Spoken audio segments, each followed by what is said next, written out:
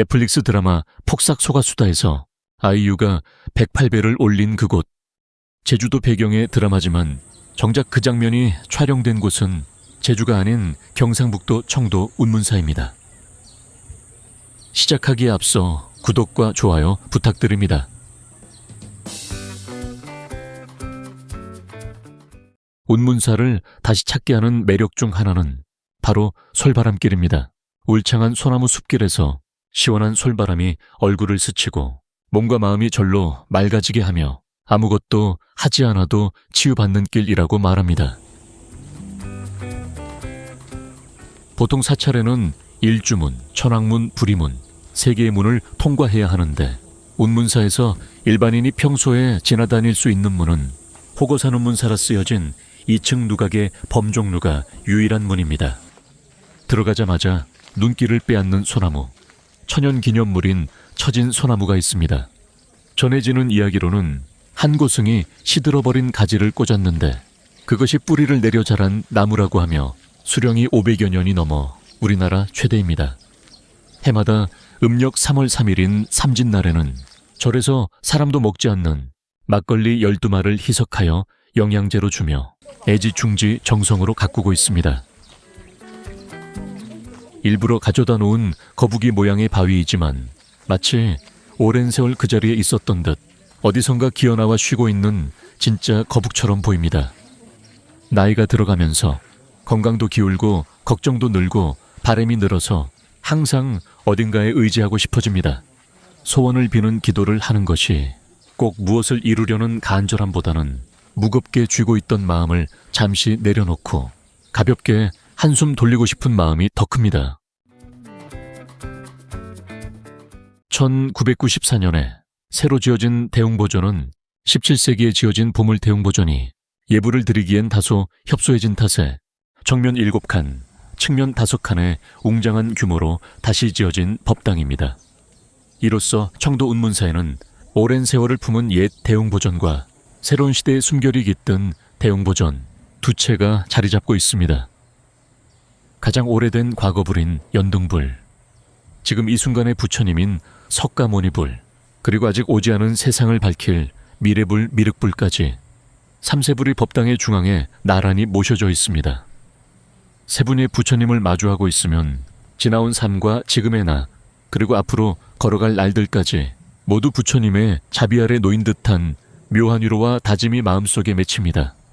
그 곁에는 사방에서 중생을 도우러 오신 관세음보살, 문수보살, 보현보살, 대세지보살의 자리에 한 사람의 기도에도 여럿이 함께 응답해주는 듯한 든든한 기운이 감돌고 있습니다.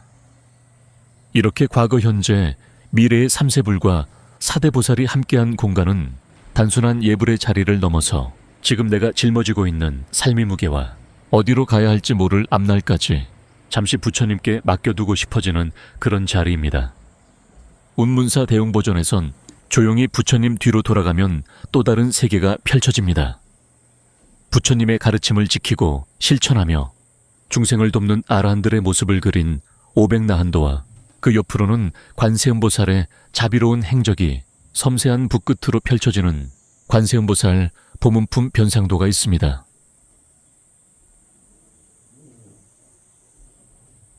용문사 윤장대를 본따서 조성한 운문사 윤장대는 80권의 화엄경을 봉안하였으며 눈으로 불경을 읽지 않아도 입으로 연부를 외지 않아도 그저 두 손으로 윤장대를 한번 돌리면 불경을 한번 읽은 것과 같은 가피를 받는다고 합니다. 운문사 대웅보전은 그저 부처님 앞에 앉는 것으로 끝나는 곳이 아니라 걸음을 옮길 때마다 새로운 의미와 마주하게 되는 살아 숨쉬는 법당입니다.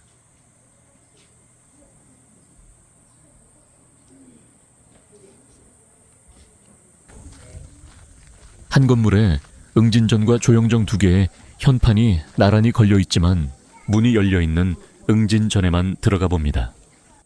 중앙에는 석가모니불이 계시고 양쪽으로 미래의 부처가 될 미륵보살과 부처님의 설법을 들은 지혜로운 제와갈라보살이 자리하고 계십니다.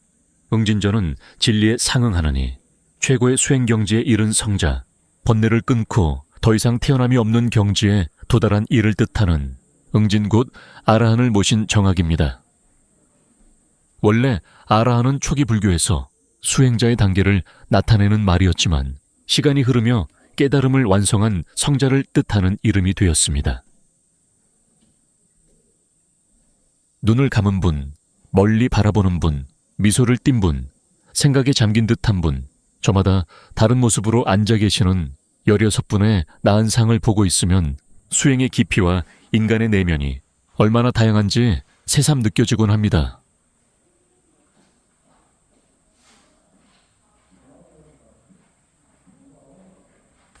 운문산을 암산이라고도 하는데 여기서 말하는 암산은 바위산이 아니라 풍수지리적으로 여성의 기운을 지닌 암산을 뜻하여 수도승이 수행 끝에 각성의 일을 지음이면 여인이 나타나 그 깨달음을 무너뜨리고 10년 공부 도로아미타불이 된다는 말이 있습니다. 그 말 때문인지 실제로 이 일대에는 비구니 사찰들이 유독 많이 자리하고 있으며 운문사 역시 그 중심에 서 있는 비구니 도량입니다. 청양 장곡사에 가면 상대웅전과 하대웅전으로 대웅전이 두 곳인데 여기 운문세는 대웅보전이 두 곳입니다.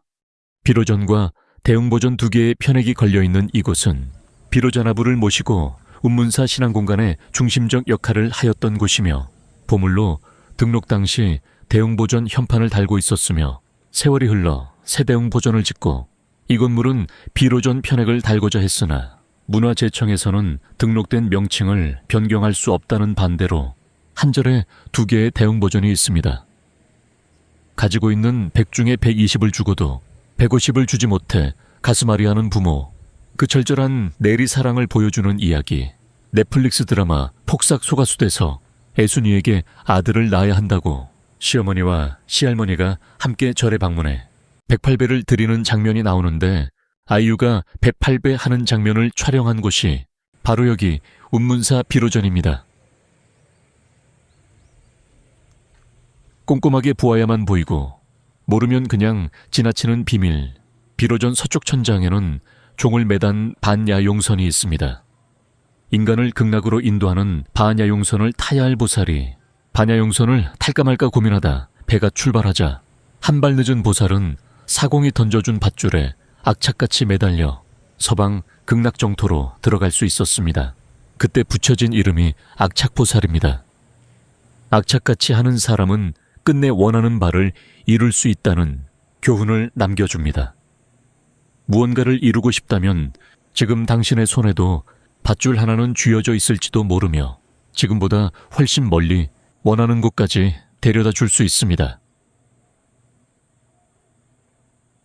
지혜 자체를 상징하며 빛을 비추는 자라는 뜻을 지닌 비로자나불은 모든 중생의 무명을 밝히는 지혜의 빛으로 내 안의 어둠까지도 조용히 비추어 줍니다. 비로전 앞마당, 세월의 결을 따라 묵묵히 서 있는 3층 석탑을 지나면 500나은을 모신 500전이 있습니다. 고요한 미소로 중생을 바라보는 석가모니불이 모셔져 있고 미래 부처로 오실 미륵불과 석가모니의 수제자 중 한 분인 제와갈라보살이 협시불로 함께하고 있습니다.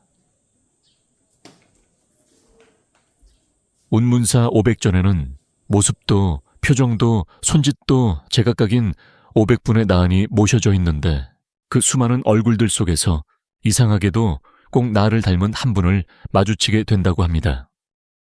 마치 말없는 거울처럼 그 나은 한 분이 지금의 내 마음을 조용히 비춰주고 있는 순간 어쩌면 그 짧은 멈춤이 기도보다 더 깊은 위로가 됩니다. 과거와 미래, 스승과 제자가 한자리에 머물고 있다는 사실만으로도 이 조용한 공간은 시간의 경계를 넘어 우리 안에 잠들어 있던 불심과 조용히 마주하게 해줍니다. 운문사의 역사는 신라시대 한 신비스러운 승려가 7년 동안 오갑사를 건립하여 대작갑사라고 이름을 지은 사찰을 중심으로 동쪽에는 가슬갑사, 서쪽에는 대비갑사, 남쪽에는 천문갑사, 북쪽에는 소보갑사라 지으며 이를 오갑사라 불렀다고 합니다. 지금까지 남아있는 곳은 대작갑사였던 운문사와 서쪽의 대비갑사였던 대비사 단 2곳뿐입니다. 그 후 고려 태조 왕건이 건국 과정에서 군사적으로 큰 힘을 보탠 보양선사의 공에 대한 보답으로 쌀 50석과 토지 500겨를 하사하고 운문선사라는 사액을 내린 뒤부터 운문사라고 부르게 되었습니다. 이일연스님이 내려와 운문사 주지로 있으면서 삼국유사를 집필을 한 곳이기도 합니다. 운문사 절터는 유난히도 평탄합니다. 경사진 언덕을 오르느라 숨이 차오를 일도, 발을 조심할 내리막길도 없습니다. 대부분의 사찰이 상이슬기나 가팔은 오르막에 자리 잡고 있는 것과는 달리 마치 오래전부터 이 자리를 위해 평평하게 다져졌던 것처럼 넓고 고요한 평지 위에 가지런히 앉아 있습니다.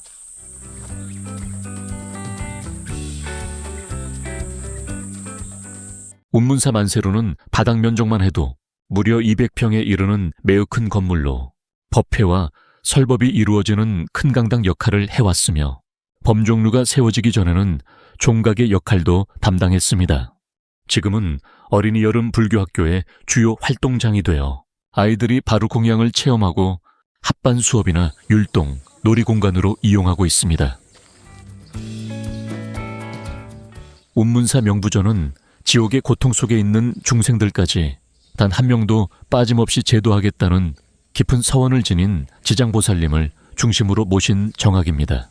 중앙에는 자비로운 얼굴의 지장보살님이 도명존자와 무독귀왕의 협시를 받으며 자리하고 있고, 좌우로는 명부세계의 열분시왕과 판관, 녹사, 인왕상이 차례로 봉관되어 있습니다.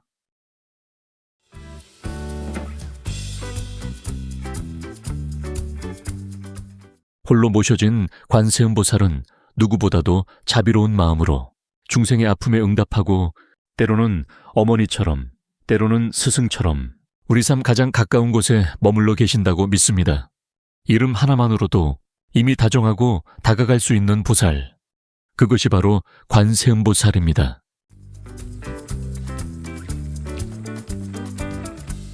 관음전 옆에 있는 자갑전은 운문사라는 이름이 생기기 전 대자갑사로 불리던 유래를 알려줍니다. 작은 까치요, 아분 오리를 의미하며 까치와 오리 등 셋대들이 마치 길을 인도하듯 땅 위를 걸었고, 그 모습을 본스님이 이 자리가 도를 이룰 터전임을 깨달아 이곳에 절을 짓게 되었습니다. 운문사에 사천왕문이 없어서 자갑전 안에 있는 사천왕 석주가 운문사의 사천왕 역할을 대신하고 있습니다.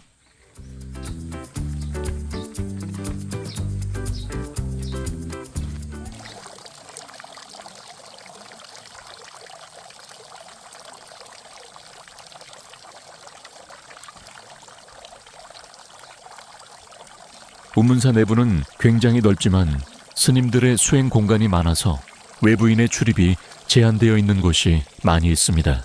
하지만 그 고요함과 절제된 분위기 속에서 이곳이 단순한 관광지가 아닌 진짜 수행처라는 사실을 다시금 실감하게 되고, 기도를 올릴 때도 더 조용히, 더 진심으로 마주하게 됩니다.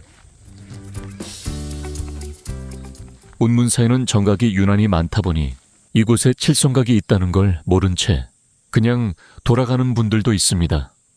치성광결의도와 칠원성군도를 포함해 나반존자를 그린 독성탱화와 산왕대신을 모신 산신탱화까지 한자리에 봉관되어 있습니다.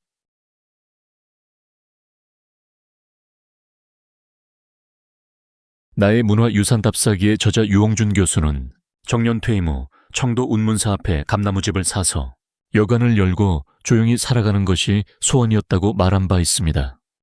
그만큼 운문사는 그에게 단순한 답사지를 넘어 오래도록 마음에 품고 싶은 머무는 공간이었던 셈입니다. 발길 닿는 곳마다 숨죽인 듯 고요한 수행의 숨결이 배어있고, 시간이 멈춘 듯한 정적이 흐르는 곳, 세상의 분주함에서 벗어나 그저 머물러 있고 싶은 마음의 여백이 되어주는 그런 공간입니다.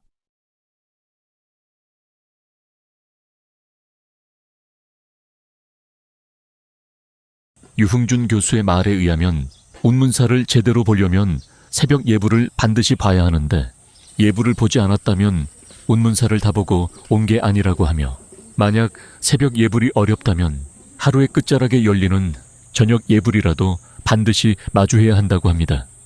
봄에는 흩날리는 벚꽃이 피 장관을 이루고, 여름이면 시원한 계곡물 소리를 들으며 고요하지만 답답하지 않고 조용하지만 심심하지 않으며 어쩐지 마음 한쪽이 환해지는 느낌입니다. 사계절 어느 때 와도 좋고 혼자 와도 둘이 와도 괜히 잘 왔다 싶은 그런 자리. 오늘 우리가 함께 걸었던 운문사의 하루도 그렇게 오래 기억에 남았으면 좋겠습니다. 오늘도 끝까지 시청해 주셔서 감사합니다.